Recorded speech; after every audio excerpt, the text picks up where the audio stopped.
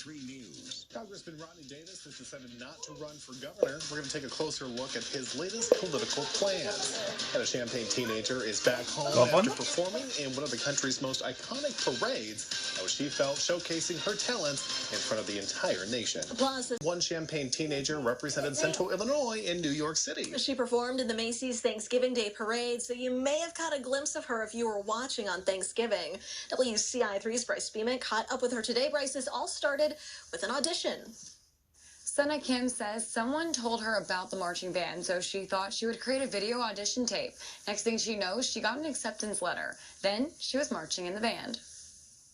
It almost feels like a dream of it's such a huge thing of, wow, did I really do that? The Macy's Thanksgiving Day Parade is watched by millions, but this 17-year-old lived it. I just couldn't believe it all until it was really happening. Sunnah Kim is a drum major for Centennial High School in Champaign. She decided to audition as a flutist for the Macy's Great American Marching Band.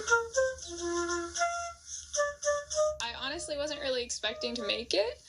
And then when I got my acceptance letter, this was like, wow, this is really something that is going to happen. And that was really neat. Kim flew to New York to practice with the band, filled with people from all over the United States, just a few days before the parade. It was a really, really cool feeling when we all played the first note together that night and realizing, wow, everybody is here because they're so good, and hearing how amazing we sounded together, it was surreal. Then, after long days of rehearsal, it was showtime. The band represents the most outstanding high school musicians from all 50 states. And going into that, I was a little bit nervous, but I made it through the whole thing, and it was absolutely amazing to see all the people on either side of us watching us and clapping and singing along, and kind of the idea that everything that we worked for, this is it, and seeing it all pay off, it was amazing.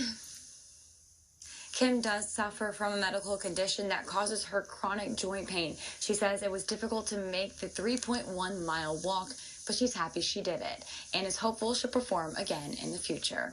In the newsroom, I'm Bryce Beeman, WCIA3, your local news leader. Quite the experience. All right, Bryce, thank you.